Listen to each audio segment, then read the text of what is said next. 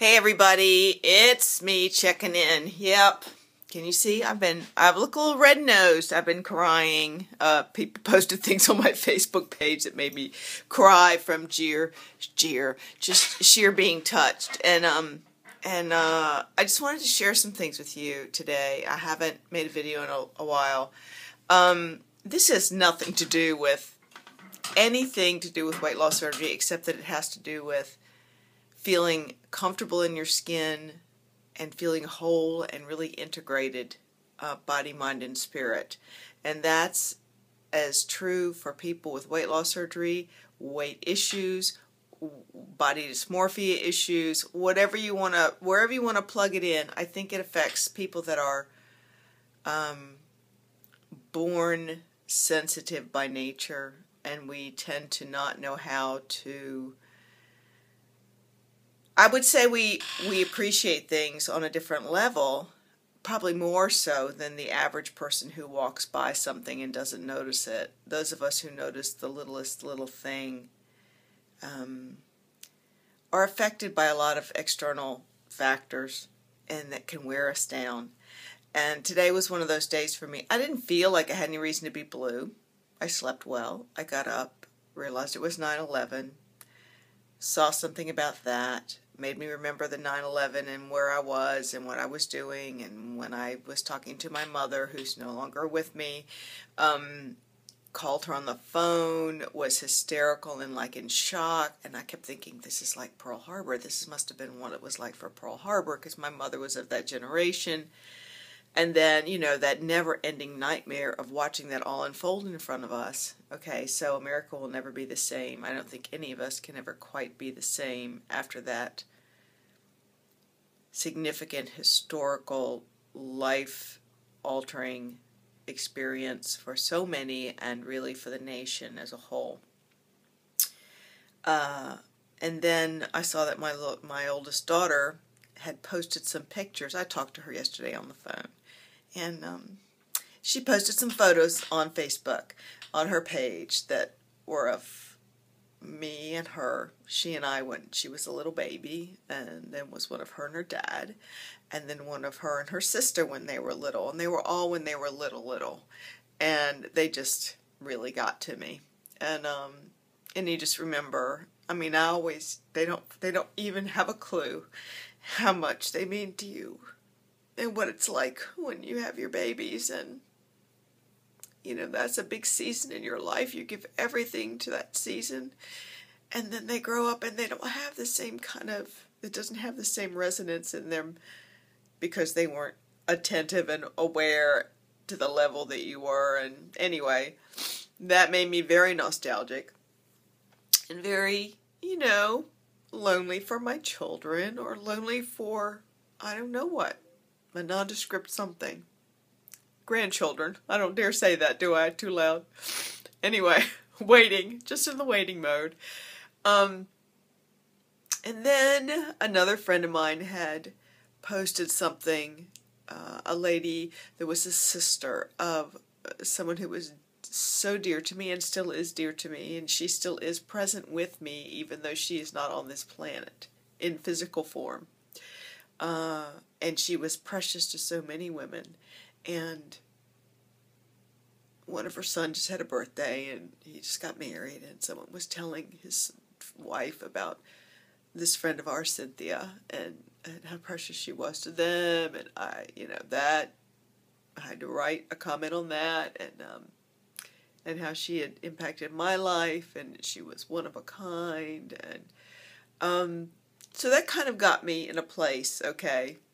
Then I went across the street to a function that goes on monthly or every other week for younger women and their children, and the children get taken upstairs, and the women get to have a speaker or get to have a cup of coffee in peace. And see, I'm not in that generation anymore, so I have my own quiet time. And this was about travel, and I went over there, and people were going to share what they did for the summer, and I felt so out of place. Now, I have felt out of place there before, but I volunteered to babysit, or I was asked to babysit, and have done that and felt like, oh my God, what am I doing here? Mass pandemonium, and I just do not have it in me to deal with mass pandemonium. And I thought, this will be different. You'll sit in the group, you'll be, no. Still, I think, what is wrong with you, Sally Wimberly? You do not feel like you fit in. You don't feel like you fit in. And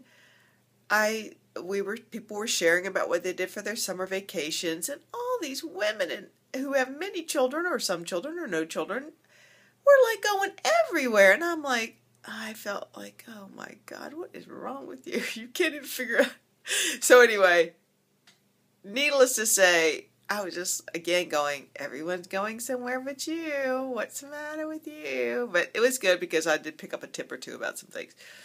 But I just felt like those girls don't want to talk to me.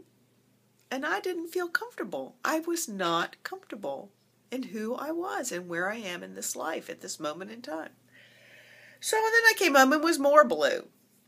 And I thought, and I didn't ride my bike. And I could have ridden my bike this morning and might have felt better. My endorphins would be flowing and I'd be in a better position to handle life.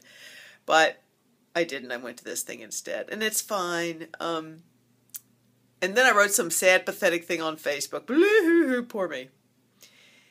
And then I had an appointment to get a massage. Okay, so this is it. 6 minutes in, I want to tell you why I'm going to make this video. I cannot tell you what a huge difference it makes for me to have found this person who does massages here. You know, when you think of massage in the States, you go, oh, I'm going to go get a massage. You go to the local person on the corner, the little new franchisee massage, whatever that's called, and or go somewhere and get one on occasion. This is not the same thing. There's such a difference between a masseuse and a massage therapist, and I really didn't have a clue. This is just from my own experience. And there is somebody in our community named Teresa White, and has reinvented her life post-weight loss surgery and created a new career path for herself. And she is a massage therapist I would go to in a heartbeat, but I'm not in Florida. But anyway, this gentleman, Steve, is such a precious soul. He's got such a sweet, gentle spirit, but he's quick on the uptake, and he's quick with a response when I make a noise or I say something or I say I really appreciate the way this is what you do. He always has some witty, quick retort. He's great. He's great. So anyway, I met him at a thing, and I've started to go to see him a couple times a month. Very affordable, and but what happens to me is what I want to talk to you about. What happens to me, and if you can find anybody who does this for you, go for it. Don't wait. Today, for example, I mean, he touches you everywhere. Well, that's a whole nother thing. I was pretty undressed. I mean, there's a little covering, but every time I try to be a little more free, mostly I just have an upper back shoulder massage, so I'm not like, I'm just naked from the top up, but you're still covered. This time I had the whole deal again. I said, all right, give me the loamy. I need to have an attitude adjustment. I need to go somewhere far, far away in my head. And the minute he starts and you start to relax, and whether he's doing something here or something lower down or something lower down, as soon as you can get out of your head and not be self-conscious, which is a real non-scale victory for people that have been heavy, that also I have a lot of scars from surgeries, and my body still is not 150% fabulous. It's still got flab that rests down on the table from my thighs and my hips. Doesn't matter how much surgery you have. Eventually, I made some joke about when he was rubbing my legs upwards. I said, this is great. You're working against the gravity. And, he's so quick to make a joke back, but he lets me give him input. He wants input, and then he really works whatever way or whatever area that works for me. Anyway, today he did something, a couple of moves, one of which was on my neck, and he was like cradling. He just didn't realize what it felt like to have someone cradling your head. And all of a sudden, I had this flash of a baby. And when was the last time you thought about it? No one cradles your head. I don't mean cradling your face. Not that that happens either. But actually, if you were like totally indisposed and a baby, and we hold a baby's neck and head to support it. Well, I'm telling you what, something just shot through me that felt really connected to that moment. And there was another thing he did where he presses down like firmly. This is the Lomi Lomi massage, which is like supposed to be a whole thing, a Hawaiian thing. And he presses down, and then it reminded me again, and also this, that when you're a baby in utero, you are tucked up against, right? And that's why you see when babies are born and they always scrunch up in the bed and their heads want to push against the, you know, the, what do you call the thing in the bed? The bumper, the crib bumper, the bumper guard. There's something about that pressure. So see, you'd be amazed how many things come back to you don't realize are affecting you from birth. I mean, things you don't remember, things you don't appreciate, what it's like to be someone who's being totally dependent on.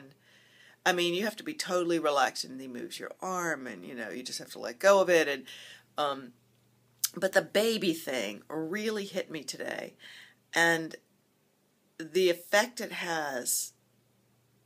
There's another movement he does where you're laying face up, and he scoops his hand up underneath your rib cage and up, you know, to your shoulder, and he pulls, and then he pulls it back out.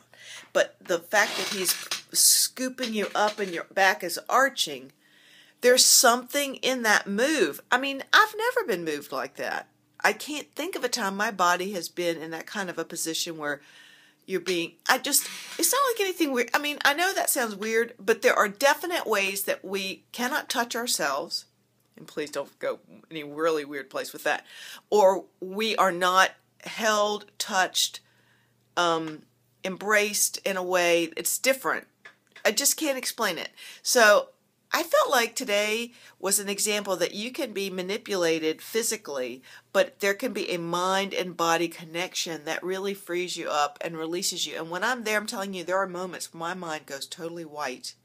And then there are moments where he'll touch one spot, and I was just like starting to smile. I felt like in my head, I could see a blue sky and white puffy clouds. I mean, that's how connected we are, body, mind, and spirit, folks. And if you're not a person that can find that connection, go try. Just try, because you don't even know what you're missing. And if you're a single woman, go get a massage. Find a really great guy to give you a massage. It will help you in so many ways. If you are not a single woman, go get a massage. I don't care if it's male or female, but the point being, we need to learn to be comfortable in our bodies again, post-surgery, post-weight loss, with shrinkles, with saggy skin, with scars, with flabby thighs. These people are professionals. They are every bit as professional as a doctor, and if you find the right one, they can really, I said, you're like a healer, a physician, and a holy man all in one. He doesn't say a thing about anything weird. I'm just telling you that right now. He's not purporting anything. It's all in my head, where you just feel cocooned in a way that's really something. So anyway, try to find a really good massage. That's my advice for the day. Changes my whole outlook. That's all it takes. I'll let you go. Sorry this is so long, and I hope you all find a way to reintegrate body, mind, and spirit in your walk sometime soon. Bye, guys.